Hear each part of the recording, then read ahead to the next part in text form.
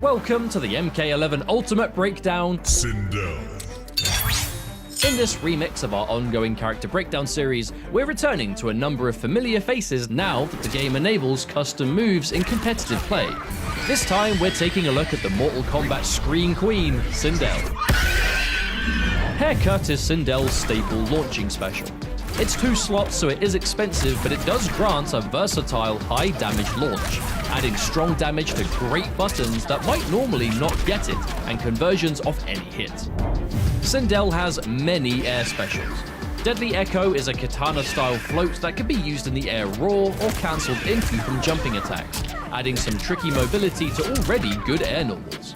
Banshee Dash is a unique projectile in the sense that it can only be done in the air and teleports Sindel to the opponent when you amplify it on hit, granting high damage trades versus other projectiles, being particularly strong against characters who rely on air mobility. Aside from that, this also adds a ton of unbreakable damage to her screen crushing blow due to comboing the opponent whilst keeping them grounded.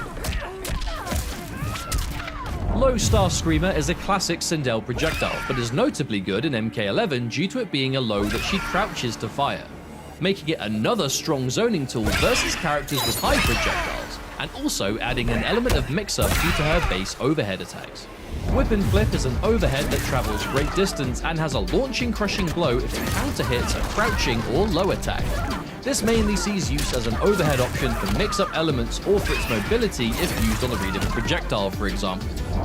Maleficent March alters the input for the base scream and grants an additional version where Sindel marches forward mid-scream. This can be amplified to hit multiple times for a large amount of chip damage, making it particularly good for plowing through an opponent's last breath. Bellowing Banshee is another air attack that does a diagonally angled scream that hits overhead for decent damage. As air attacks are all overheads on the way down, this gives you somewhat double overhead potential to keep people standing. This does respectable damage, but is highly unsafe on block. Royal Trap places an orb that shoots unblockable tracking projectiles with no hit stun that home in on the opponent if they're close to it. These are incredibly hard to avoid and go straight through last breath, making it an excellent round-ending tool. This can also be placed up to 2 at a time, but does nothing from range. This can also only be done in the air. Banshee Barrage is the last tournament legal special and is once again an airborne special. This attack fires multiple mid-projectiles that knock down normally but launch on amplify, allowing for a full launch from jumping attacks, which she has decent follow-ups to at most ranges. Another move that adds some effective tools to an already good jumping kit, especially if paired with some of the other attacks.